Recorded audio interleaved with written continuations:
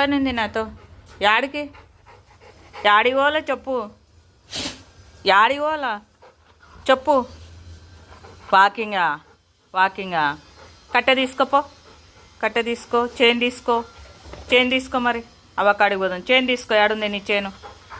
బుడుకుపో. Chain ఏడుంది? Chain chain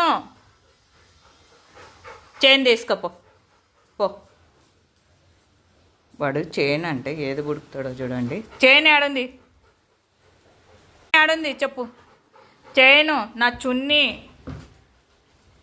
ఆడందా? అవి ఇవ్వాల.